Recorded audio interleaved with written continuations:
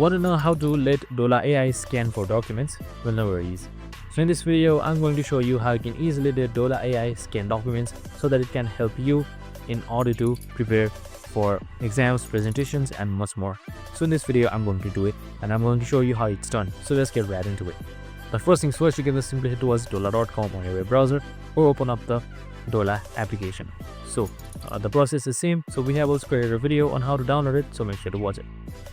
So just simply select new chat, and once you're on the new chat, here you should be seeing here you can attach files. Just simply attach files right here, and here you can just simply sort for documents or anything that you like. So PDF or a Word or anything that you can sort for.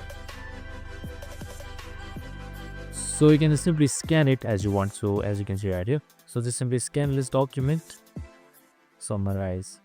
So you can just simply type this prompt right here, and once you have typed this prompt, it should easily scan it for you. I hope this video helped. If it did, make sure to like, subscribe, and tune in with us for more of these videos. Have a good day and see you in the next one.